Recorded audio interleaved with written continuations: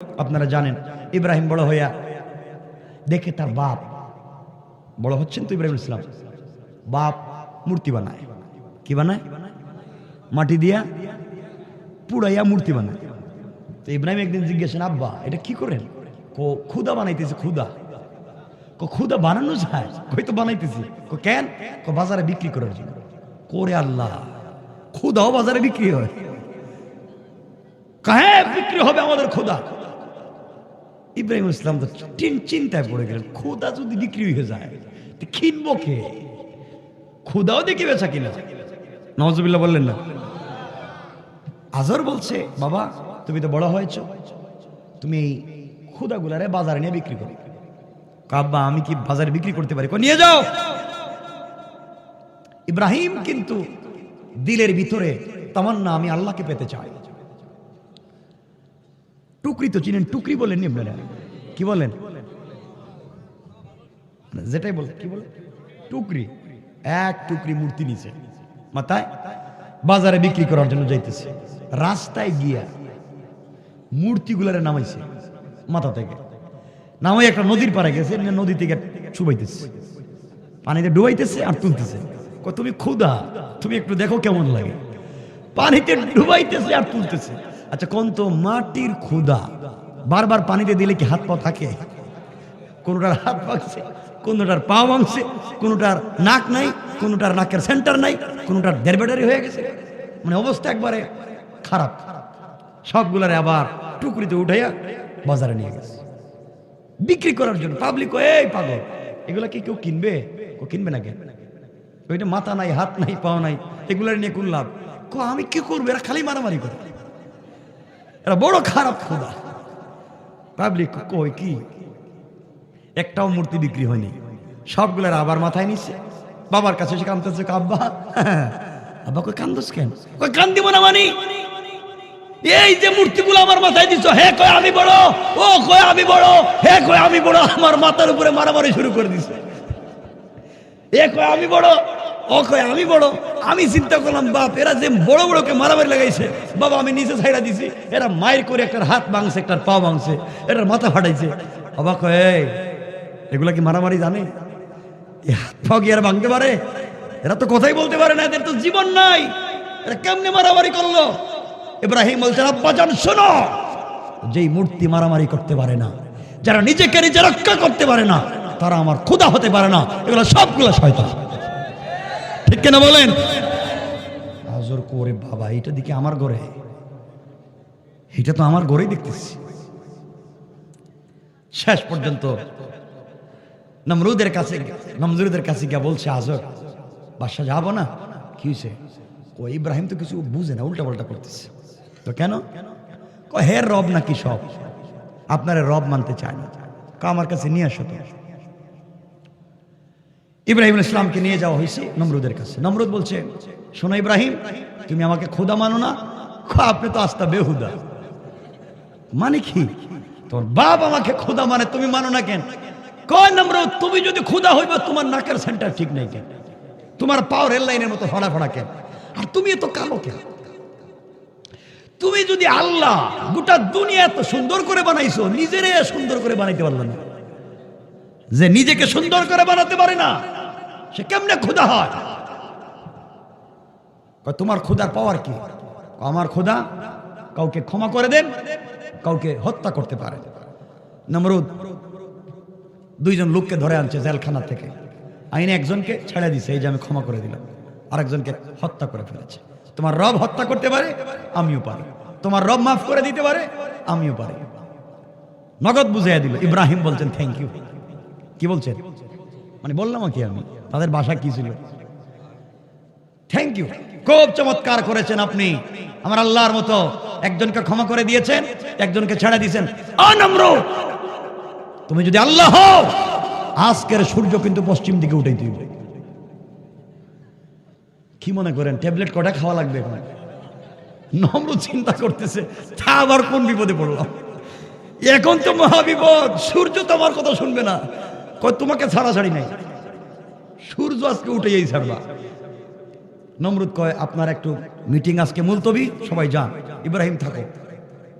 ইব্রাহিম আছেন, সব বের হয়ে গেছে। এখন ইব্রাহিম রেখো, বাপ তোর পায়ে ধরি, আমার আর বিপদ ফালাইস না, আমার সব বাইরে গেছে, আমি যে দুর্বল কোন জায়গায় সব ধরা পড়ছে, আমার আর বিপদে ফালাইস না। ইব্রাহিম বলছেন, বিপদে শুধু ফালাইতাম না, তুমি কালিমা পড়ো, নাইলে খবর আছে। আল্লাহু আকবার বললেন না? এখন ইব্রাহিম নমরুদের আসল কাহিনী বুঝতে পারলেন। ইব্রাহিম ইসলাম চলে আসছেন। আমার মুসলমান বন্ধুগণ, গভীর মনোযোগ। আল্লাহর পয়গম্বর মুসলিম মিল্লাতের পিতা ইব্রাহিম আলা নবিয়্যুনা আলাইহিস সালাতু ওয়াস সালাম চলে আসলেন। এবার নমরুদ সবাইকে নিয়ে পরামর্শে বসলো, কি করা যায়। সবাই পরামর্শ দিলেন, ইব্রাহিমকে তো হত্যা করা লাগবে, কিন্তু পরিবার পরিকল্পনার মন্ত্রীর ছেলে চাইলেই কি মারা যায়? কথা বলেন না কেন? মারা যাবে না, তাহলে কি করা যায়? কেউ পরামর্শে বুঝতে পারলে না। এমন সময় মিস্টার শয়তান হাজির হয়ে গেল। নমরুদকে পরামর্শ দিলেন, নমরুদ, ইব্রাহিমের ঈমান যদি হারা করতে হয়, একটা কাজ করতে হবে, তোমার দেশে গানের আয়োজন করো, যাত্রার আয়োজন করো, গানের আয়োজন করো, আর বিশ্বের সুন্দরী সুন্দরী নর্তকীদেরকে টাকার বিনিময়ে কিনে আনো, আনার পরে উদ্দর্দ উলঙ্গ করে, স্মার্ট করে, আকর্ষণীয় করে মেলার ভিতরে তাদেরকে ছেড়ে দাও, তারা যেন উলঙ্গ হয়, নাচানাচি করে। ওই জায়গায় যদি কোনোভাবে ইব্রাহিমকে নিতে পারেন আর ইব্রাহিম একবার তাকাইয়া দেখে, তাহলে ইব্রাহিমের ঈমান ঠিক থাকবে না, সব কাজ করানো যাবে। আমার বন্ধুগণ, বুঝা গেল? আমার আল্লাহ কোরআনে কারীমের সূরা লুকমানের 6 নম্বর আয়াতে বলছেন, ওয়া মিনান নাসি মাইয়াশতারি লাহওয়াল হাদিস লিয়ুদিল্লা আন সাবিলিল্লাহি বিগাইরি ইলম ওয়া ইয়াত্তাখিযাহা হুজওয়া। আল্লাহ রাব্বুল ইজ্জত ওয়াল জালাল বললেন, এই দুনিয়ার জমিনে যারা মানুষকে গান বাজনার মাধ্যমে, অন্যায় অনর্থক কথাবার্তার মাধ্যমে দিন থেকে সরিয়ে দিতে চায়, ইসলাম থেকে সরিয়ে দিতে চায়, আল্লাহ বলছেন তাদের জন্য রেখেছেন আযাবুম মুহিন, যন্ত্রণাদায়ক, লাঞ্ছনাকর, অপমানজনক শাস্তি আল্লাহ রেখে দিয়েছেন। আল্লাহ রাব্বুল ইজ্জত ওয়াল জালাল বুঝাতে চান, এই দুনিয়ার জমিনে সব সময় যারা কোরআনের বিরুদ্ধাচরণ করে, আল্লাহ রাব্বুল ইজ্জত ওয়াল জালাল আরেক জায়গায় ইচ্ছা করে বলছেন, কোরআনে কারীমের সূরা হামিম সাজদার 26 নম্বর আয়াতে আমার আল্লাহ বলছেন, ওয়াকালাল্লাযীনা কাফারু লা তাসমাউ লিহাযাল কুরআনি ওয়ালগাউ ফীহি লাআল্লাকুম তাগলিবুন। আল্লাহ রাব্বুল ইজ্জত ওয়াল জালাল বুঝাতে চাইলেন, এই দুনিয়ার জমিনে কিছু মানুষ আছে যারা কোরআন শ্রবণ করা থেকে মানুষদেরকে বিভ্রান্ত করে, কোরআন শুনতে দেয় না, তাফসীর শুনতে দেয় না, শুধু যত বাধা সব তাফসীরে বাধা দেয়, কিন্তু গানে বাধাও দেয় না, টাকাও দেয়, সভাপতিও হয়। কথা বলেন না কেন? আল্লাহ বলছেন, দুনিয়ার জমিনে এমন কিছু লোক আছে, লা তাসমাউ লিহাদাল কুরআন, যারা মানুষকে কোরআন শুনতে দেয় না, ওয়ালগাউ ফীহি, আর বলে কোরআন যেখানে আলোচনা হয় ওখানে গিয়ে তোমরা হট্টগোল করো। কথা কন না কেন? এগুলো আসেনি? আমি বলতেছি, কোরআনে কারীম 24 নম্বর পারা 41 নম্বর সূরা, সূরা হামিম সাজদার 26 নম্বর আয়াতে আল্লাহ বলছেন, লাআল্লাকুম তাগলিবুন, শোনো, ওরা ষড়যন্ত্র করছে, আমি আল্লাহ ইসলামকে যুগে যুগে বিজয় দান করব। পড়েন সুবহানাল্লাহ। আমার বন্ধুগণ, এক পর্যায়ে গানের আয়োজন করা হলো। সারা পৃথিবীর থেকে সুন্দরী মেয়েদেরকে টাকা দিয়ে কিনে এনে গানের মধ্যখানে ছেড়ে দিল, তোমরা নাচানাচি করো।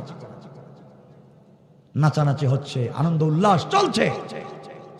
ইব্রাহিমের কাছে খবর পাঠানো হলো, ইব্রাহিম গানে যাওয়া লাগবে। ইব্রাহিম বলছেন, ইন্নী সাকিম, আমি অসুস্থ। আসলে তিনি ছিলেন সুস্থ।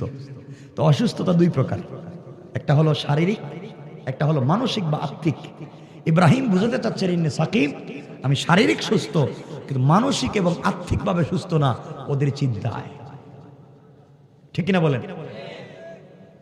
আমার বন্ধুগণ, ইব্রাহিম বলেন আমি যেতে পারবো না, তোমরা যাও, পরে চিন্তা করবো যাওয়া যায় কিনা। সবাই চলে গিয়েছে মেলায়। আপনারা জাননি গানে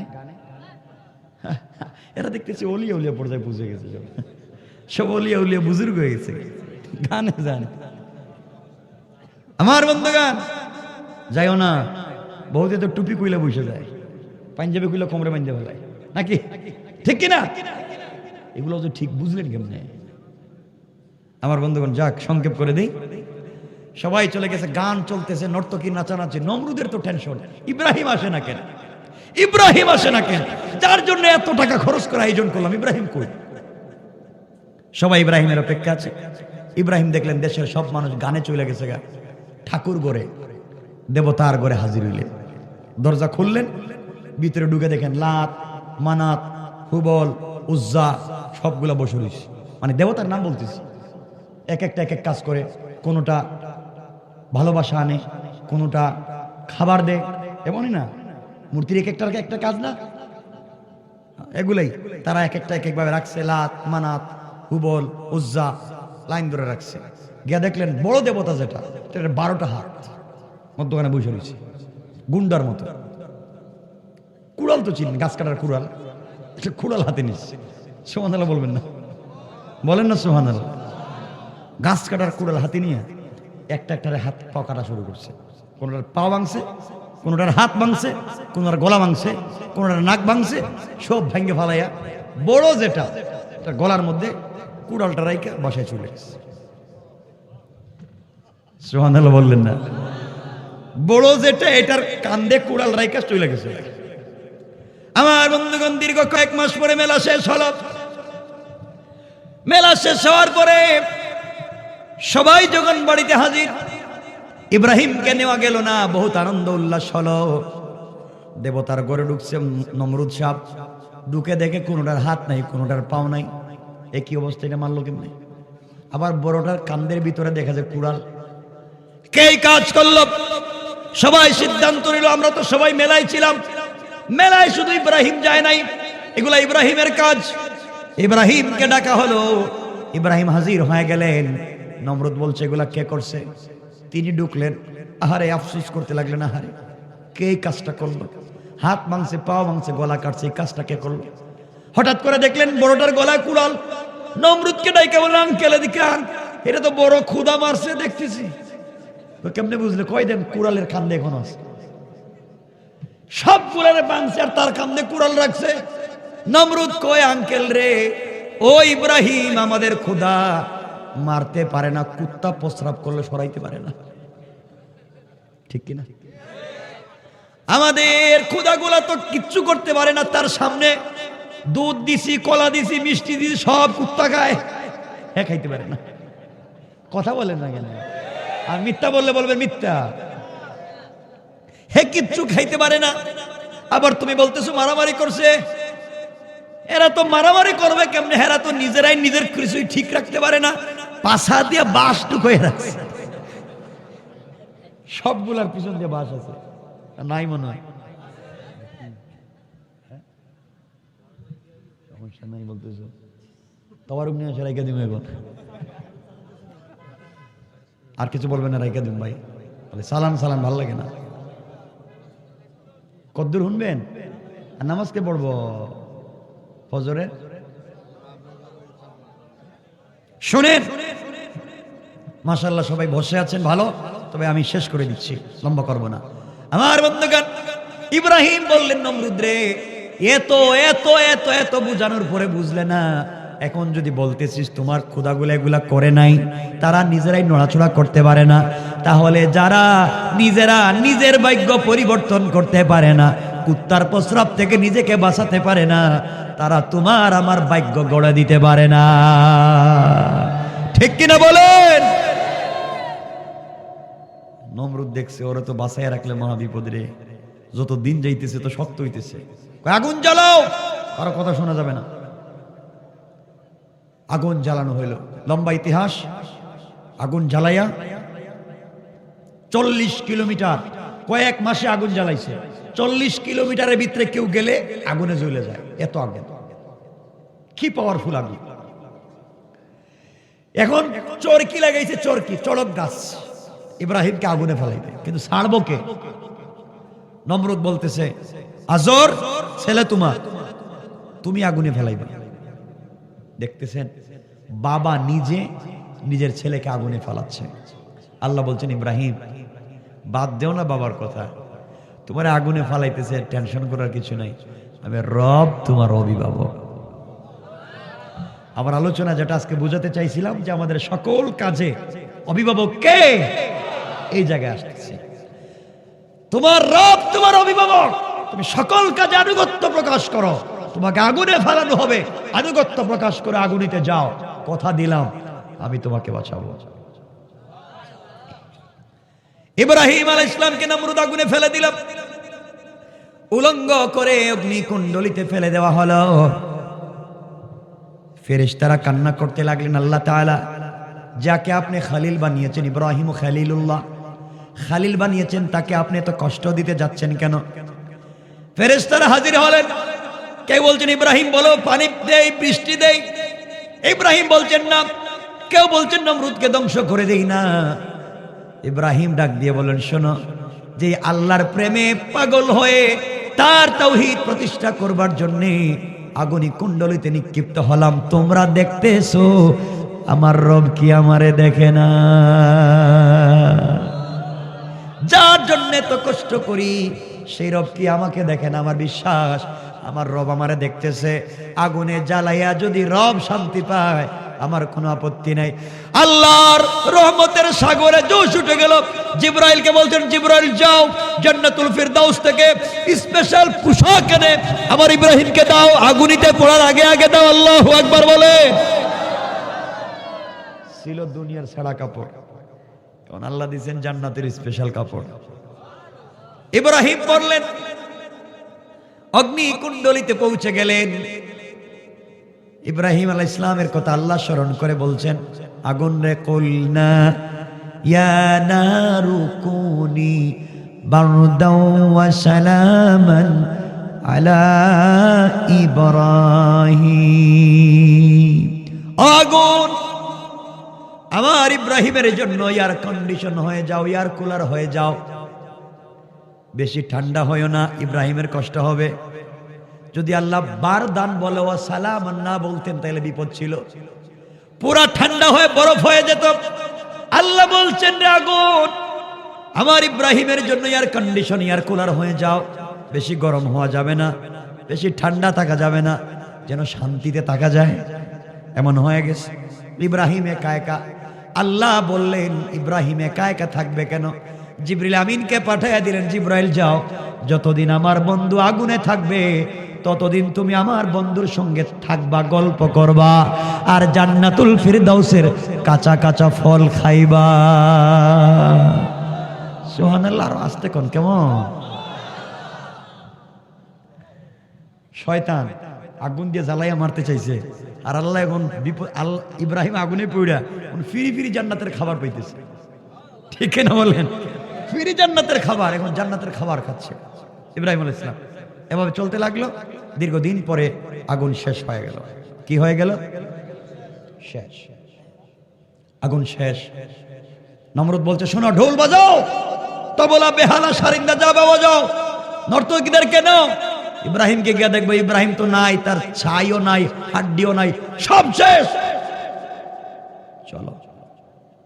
কাছাকাছি গেছে, দূর থেকে দেখতেছে আগুন নিভে গেছে, আরো কাছে গেছে, ছাই আর ছাই।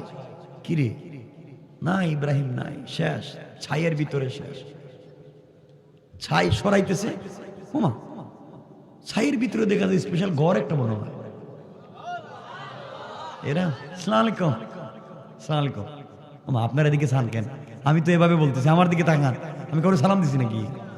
মানে এই নমরুদের কথা বলতেছি। ইব্রাহিম বলতেছেন, নমরুদ আঙ্কেল কেমন আছেন আপনি? করে আগুনে সব জুই লাগেছিল, এদিকে এখনো মরল না। মরলাম না মানে তোমার নাম ওইরা কি বইরে যাইব আমি? আল্লাহু আকবার বললেন না? আমার আল্লাহ বলছেন, কাইদাশ শাইতানি কানা দাঈফা। আল্লাহ রাব্বুল ইজ্জত ওয়াল জালাল বললেন, কাফেররা যত কৌশল করে, ওদের কৌশল আমি আল্লাহর কাছে মশা মাছির চাইতে আরো বেশি দুর্বল। পড়েন সুবহানাল্লাহ। ইব্রাহিমের তো মাথা, নমরুদের কি মাথা ঠান্ডা রইছে? এত মাস আগুন জ্বালাইলাম, সব জ্বলে পুড়ে ছাই, আমার এত টাকা লস। হে দেখি এখনো জিন্দা, হাসতেছে। আর কাপড়ও দেখতেছি একটা নতুন ডিজাইনের কাপড়। বুঝলাম না, এটা বুলেট প্রুফ নাকি? Bullet proof? হ্যাঁ।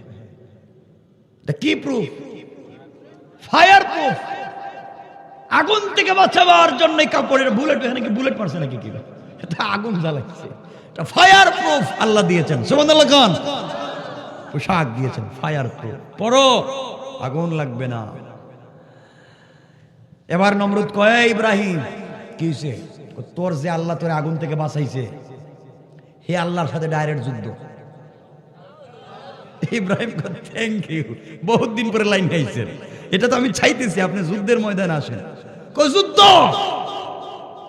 কয়াই তীর মারা শুরু করছে আসমান দিয়া। আচ্ছা, তীর মারলে কি হয়? তীর মারতেছে, পাগল হয়ে গেলে মানুষ পাগল দেখেন না? মাঝে মাঝে বাংলাদেশে এক দুইটা পাগল হয়, কাজ করে না মাথায়, সব একবারে ইন্টারন্যাশনাল এয়ারপোর্ট। কি করে নিজেই বুঝে না?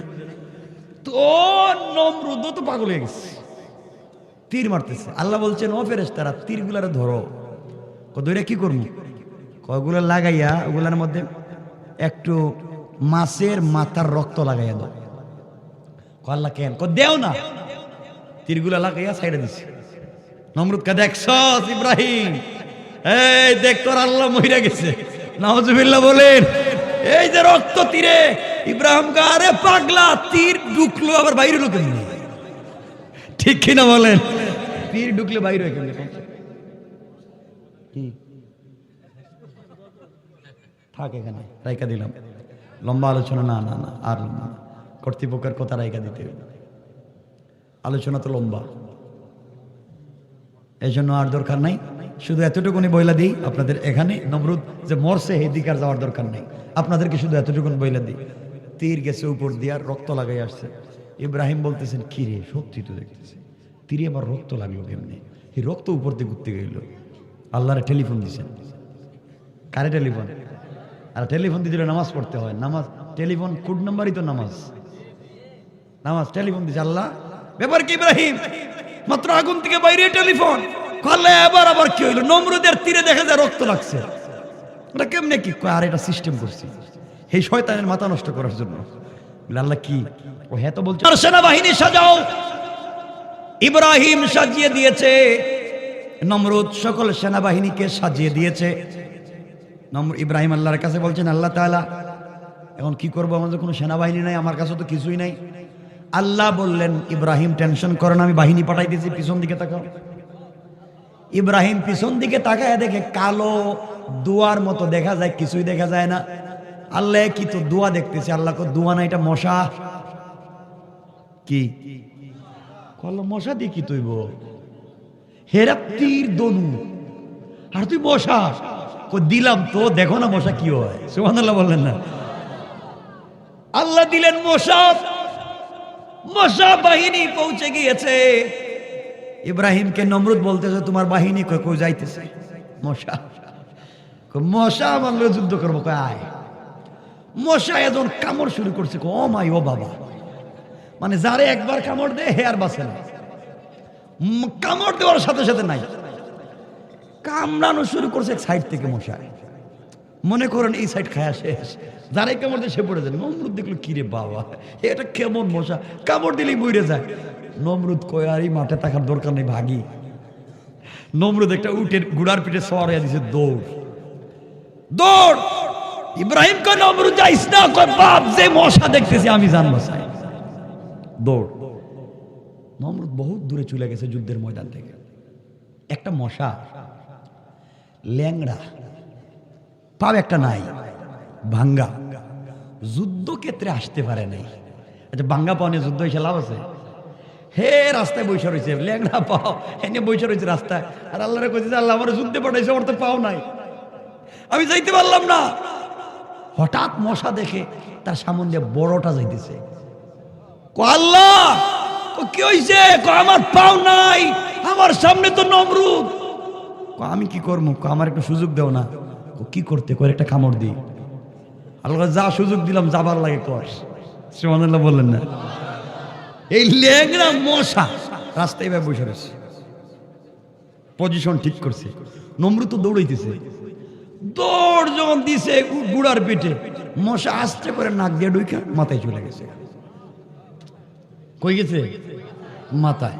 নমরুদ বাসায় গেছে, কিরে মাথায় কামড় দিচ্ছে, কামড়ায় কেন মাথা? কি হইল? এ নিজের হাত দিয়ে মাথায় থাপ্পড় দিতেছে। যখন থাপ্পড় দেয় মশা তখন একটু রেস্টে থাকে। নমরুদ কয় হারে থাপ্পড় দিলে তো ভাল লাগে, মহা ভাল লাগে তো। আল্লাহ কয় দেখ থাপড়াইমু থাপড়াইমু, তুই শয়তানি করছিস, এখন নিজের হাতে থাপ্পড় খা। ঠিক কিনা বলেন? বুঝেন না তো, ওয়াজ বুঝেন না। থাপ্পড় আর একা একা কতক্ষণ থাপড়ানো যায় আপনারা কিন্তু ভাল লাগে না। এদেশে ঘোষণা করছে আমারে মাথায় থাপড়াবার জন্য একজন লোক নিয়োগ দিতে দিব। বেতন কত জানেননি? 10,000।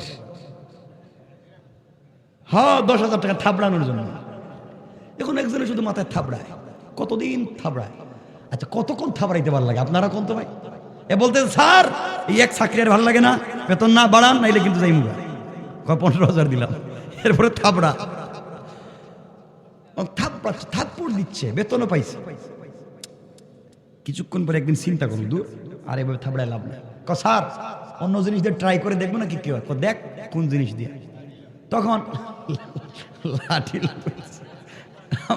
বন্ধুগণ শুনেন আমি কি বলতে চাই, আমি আপনাদেরকে শুধুমাত্র একটু মানে ফ্রেশ রেখে কথাগুলো বুঝিয়ে দিতে চাচ্ছি। এক পর্যায়ে কাঠ থেকে পাতলা, কাঠ থেকে হালকা আর তুলা থেকে বাড়ি, তার নাম চামড়ার জুতা। কিসের জুতা? চামড়ার জুতা একটা বানাই আনছে। স্যার এটা জিনিস আনছি।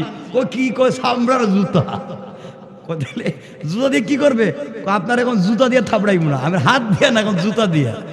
আল্লাহ কয় কি রে নমরুদ, আমারে না মাইরা ফেলাইছো, তখন জুতার বাড়ি নিজে খা। আল্লাহু আকবার বললেন না? কার সাথে লাগছো? খাও। আমার বন্ধুগণ নমরুদ জুতা যখন হাতে নিয়েছে, 15,000 টাকার কামলা দিয়েছে এক বাড়ি মাথায়। মশা হঠাৎ করে আজকে এক্সট্রা অন্য স্টাইলের একটা বাড়ি খেয়েছে। মোটামুটি 5-7 মিনিট একবার নিরাই হয়ে গেছে। নীরবতা পালন করে চিন্তা করতেছে বাড়িটা আজকে এমন হইল কেন? আল্লাহ কইতেছে মশা টেনশন করিস না, এটা জুতার বাড়ি। কিসের বাড়ি? জুতার বাড়ি। হে আমারও বিরুদ্ধে যুদ্ধ করবো, জুতার বাড়ি খাও। নমরুদ কয় হে ভালোই তুইছে রে, এটা দিয়ে মারলে তো দেখতেছি বেশি সময় ভালো থাকা যায়, বেশি করে বাইরে দে জুতা দিয়ে মার। কয়দিন জানেন? কয়দিন? 349 বছর, একটানা 349 বছর জুতার বাড়ি। আল্লাহ কয় শয়তানি আমার সাথে 349 বছর বেতনও দিবে তুই, খাওয়াইবে তুই, কর্মচারীরা তো রাখবে তোর ঘরে, আর জুতো দিয়ে খাইবে বাড়িতে। ঠিক কিনা বলেন? আল্লাহর কৌশল কার না? এখন আচ্ছা প্রতিদিনকে জুতা দিয়ে একটা দিয়ে মারতে ভালো লাগে। একদিন নমরুদ ঘুমাইছে, তো হে কইতেছে দূর আর কতদিন বাইরে। আপনারা চিনেন ঘরের মধ্যে যে লাগায় দরজায়, আগে গ্রামে লাগায়, এটার নাম কি? বেন্দা। বেন্দা কি? বেন্দা, বিশাল বড় লম্বা একটা বেন্দা। বেন্দা একটা পাইছে, ওটা রয়েছে কান্দে। আজকে আর জুতা দিয়ে না, নমরুদ যখন ঘুমাইছে বেন্দাতে দিছে এক বাড়ি, মাথা ফাইটা 2 টুকরা। মশা মাথার মধ্যখান থেকে বাইরে বন, আসসালামু আলাইকুম, আমার দায়িত্ব শেষ। আল্লাহু আকবার বললেন না? চলে গেছে। নমরুদ তো পড়ে রয়েছে। আল্লাহ বলেন কিরে লেঙ্গড়া মশায় কাজ করে ফেলাইলো, তুমি কিছুই করতে পারলা না। সুতরাং আজও যারা এই সমস্ত অন্যায় করে আল্লাহ এইভাবে লেঙ্গড়া মশা দিতে পারে। ঠিক কিনা জোরে কোন? আল্লাহ আমাদের হেফাজত করুন।